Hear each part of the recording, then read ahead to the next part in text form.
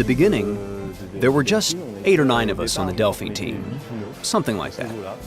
It was a really small company. We were way up there, in the attic. We were that old cliché, a group of buddies making their game in their basement.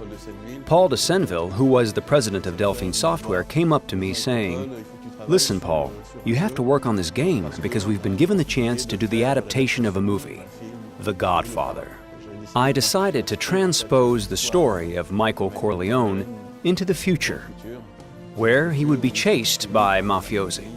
We had a video player, an old television, and we went out and started filming in the hallways or outside.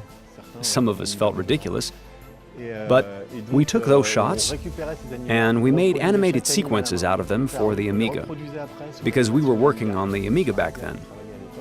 In the end, when we showed our mock-up to the directors, there were all these blank faces, this silence, because it was completely different than The Godfather. They immediately understood that it wouldn't match. But they told me, "Your thing here is fantastic. I think we can do something with it." And that's how Flashback was born.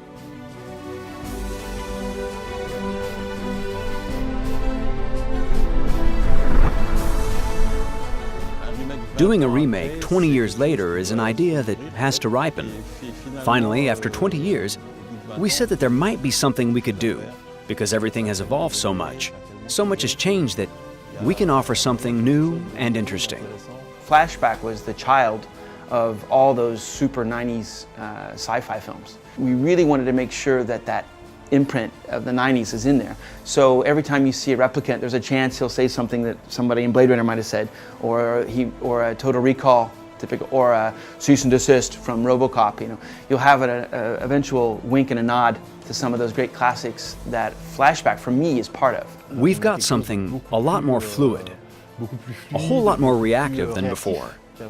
Seeing as how we went to 3D, we really did a lot of work on the living elements in the decor.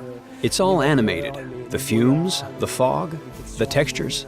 I took certain moments from the old Flashback and reincorporated them into the level design.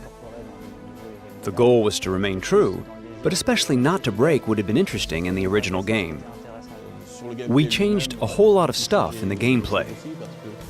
The combat system was relatively limited back then. Even if it still worked really well, I think that it needed to be dusted off.